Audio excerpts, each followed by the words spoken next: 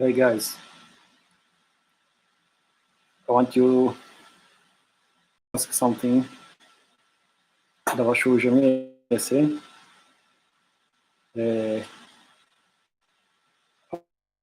Maze mubona kuri title yego. Ndashaka kubabwira ariko hanze mumbabarire hari nimba video itari kugaragara neza ni ikibazo cy'ikirere. Icyo nshaka kubagezaho rero ndashaka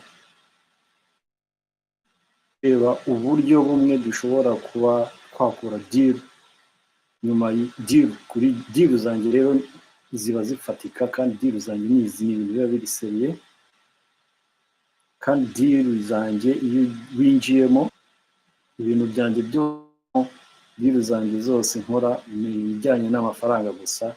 Ibitari amafaranga buriya njyewe ntabwo bijya bincira umwenda muri cya kinyarwanda cyiza cyangwa ngo binere umwanya.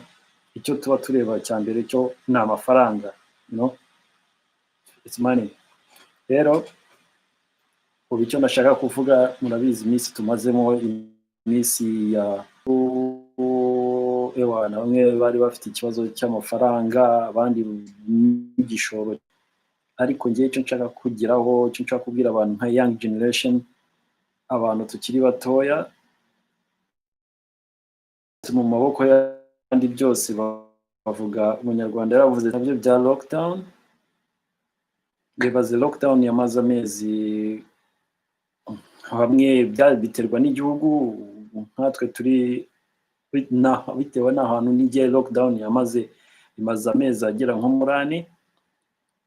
Yego ibintu byose byarahagaze, ariko icyo ntabwo cyakwiyeho kuba umuntu yakorera kumva amafaranga yarinjiraga kandi wowe uvuga ngo uri muri lockdown, uri kumva, kandi mu bintu byose nawe muntu uri uvuga ngo ntabwo nashaka mu magambo make ariko se ugutukana uvuga ngo uciriritse mu bintu runaka cyangwa mu bumenyi runaka faranga, kandi ari ibintu bishoboka cyane ku muntu wese. Yewe ku muntu wese waba niba utaba waratangiye utarageze muri primary, urukumva, cyangwa mu kiburamwaka, icyo upfa ni uko ubutekereza neza ayo mafaranga uba ugomba kuyabona uko byagenda kose. Njyewe ndabikwizeza 100%, kandi ukabona amafaranga yawe nta gishoro ufite, ahubwo washoye ubwenge bwawe Imana yakwihereye. Ubwo rero niyo mpamvu narinje kuri no channel yanjye, nagira ngo tuzigira ahantu hamwe cyangwa turebe ikintu gishobora gutuma ubona amafaranga mu gihe gitoya, ukinjiza amafaranga ashobora kukugirira akamaro, urumva, kandi ashobora kuzaguteza imbere mu gihe gitoya. Ngenda byira urubyiruko, kuko urubyiruko nitwe dufite ikibazo cyo kugira nyine natwe, urumva, nawe iyo urubyiruko wumva ko muri wallet yawe cyangwa mu ndangamuntu mu kofi yawe ugomba kuba harimo amafaranga, uri kumva, sheri wawe se, cyangwa ushaka kugira ibintu byawe wigurira muri rusange, ukeneye akamodoka, ukeneye buri kintu cyose wifuza nyine cyangwa ukeneye gukomeza amashuri yawe, cyangwa ukeneye gukora business zawe. Hari ama incomes ngiye nshaka kubigisha kugira ngo mwinjize ayo mafaranga kandi mu bintu byoroshye. Icyo ufite ibintu bigera nko muri 7, tuvuga nka chapitre y'ibintu 7, uri kumva, amsane mu maso kuko bitewe n'impamvu na security yanjye nihishemo gake, ariko ndakeka muri kumbonamo gake. Ndabashuje imbere ya byose abari mu Rwanda, abari mu Burundi bene wacu, abari muri Congo, East Africa muri rusange, abumva ururimi rwacu, ndabasuhuza mwese.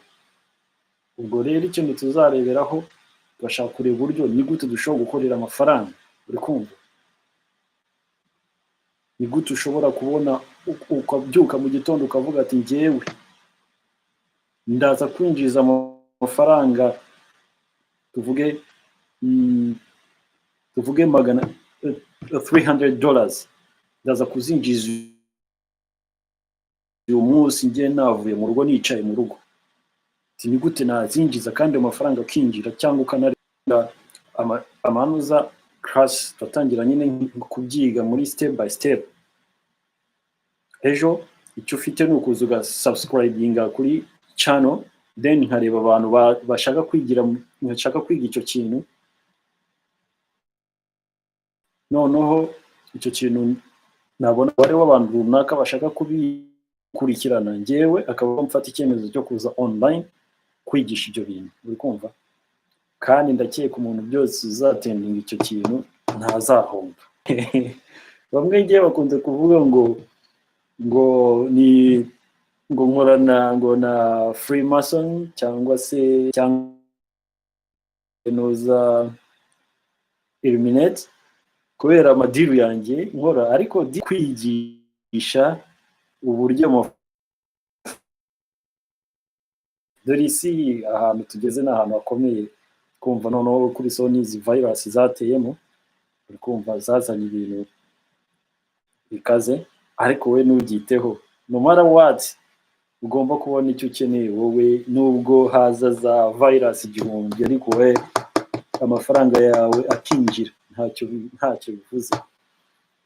rero ikintu dufite kano kanya ni ukwiga uburyo ukwiye kwinjiza amafaranga utavuye mu rugo, utavuye muri metero kare yawe, wenda nimba uba muri metero kare yawe y'icyumba cyawe utakivuyemo, ariko ya mafaranga wowe wifuzaga gukorera umunsi amafaranga ukayabona.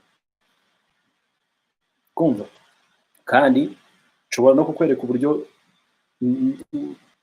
bari South Africa, bari Zambia, bari Zimbabwe nigisha icyo kintu kandi bamaze kubona amafaranga, ahubwo bamaze gukira kundenza, ngenda bigisha bakabakire nge nkaba umukene mwana. ariko aromanye nishimira ko utera imbere kurusha uko nta kibazo. kumva ubwo rero tumiye uragaho aka video ka mbere njya kuri streaming, live streaming, ushobora kumbona na ukaza online, then ukaza kubona utangira gukurikirana ibyo biganiro byawe. ariko ndatangira kukwereka uburyo ukorera ayo mafaranga nimbona umubare w'abantu ba subscribinze iki kintu, ndivuga ati mfite umubare w'abantu bangana gutya bashobora kuza, ko nge urabizi nta mwanya nshobora kubona wo kuza gukora ibintu ndi kwigisha abantu bake gutyo, kandi ni inyungu ku buri muntu wese uza gukurikira icyo kintu. ni subscribe, ndaza kubona nuza yawe, ndaza kubona notification, then icyo kintu tuvuga uyu munsi turi itariki 11 z'ukwa gatandatu. ni ukuvuga ngo ku itariki zingahe? ku itariki 11 z'ukwezi gukurikiraho muzaba muri kumbwira result z'ibintu byavuyemo, muzaba muri kumbwira ati bya bintu koko ni iby'ukuri. ntago mbeshya kabisa. amafaranga yo uzayabona kandi niwe uzabinyibwirira.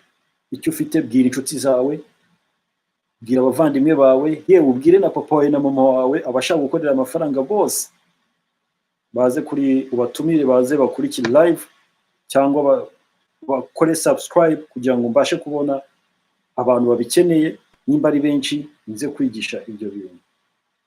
nimba ufite na mukuru wawe cyangwa abafamiye yawe, yaba bari muri za Burundi, baba bari Burayi, baba bari Amerika, bari muri Aziya, babwire baze mbere ku buryo mukorera amafaranga. uri kumva tutitaye ngo kuri icyo tureba ku isi ni money. you need money first. so ndumva nabisobanuye bihagije. ubwo nimuza mugakora subscribe, then ndaza kubona igikurikiraho kugira ngo tuzatangire ibyo bintu iminsi iri imbere. no don't ngwino ukore subscribe, ubwire inshuti zawe, ubwire abavandimwe wawe, ubwire abanyamahanga, ubwire n'abakozi bawe, ubwire n'abana bawe, yewe na nyogokuru na sogokuru n'umusizi, ubundi muze